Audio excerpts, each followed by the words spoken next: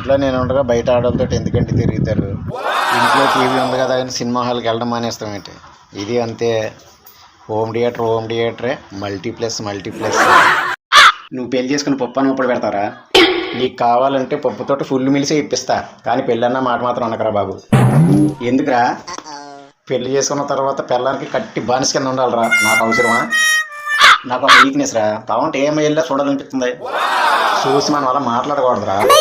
ఓ రాపరా బాబు, నువ్వు దండమైన బట్టలు ఆరేసున్నదిరా. ఎవరా అని వంగు చూస్తారు. ఏడు చెప్తున్నారా బాబు.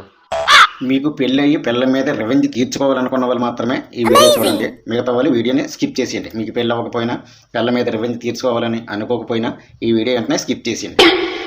మనం పిల్లల మీద రెవెంజ్ తీర్చుకోవాలనుకుంటే మనం రాత్రులు పడుకునేటప్పుడు బుర్ర ఎక్కువ పెట్టాలి. ఏంటి ఇన్స్టాలో మెసేజ్ చేసి డిలీట్ చేసాడు?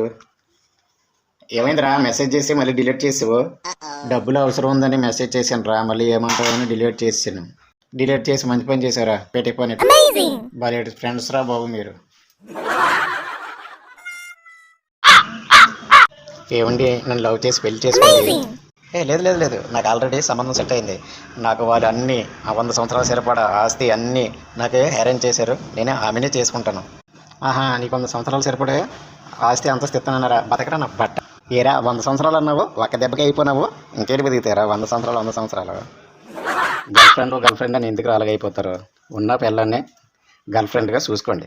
కాకపోతే ఈ పిల్లం గురించి ఆ పిల్లని తెలియకుండా చూసుకోండి, లేకపోతే పొడిసి పడదొబ్బుతుంది. నా రూమ్ వేసుకొని ఏం చేస్తున్నావే?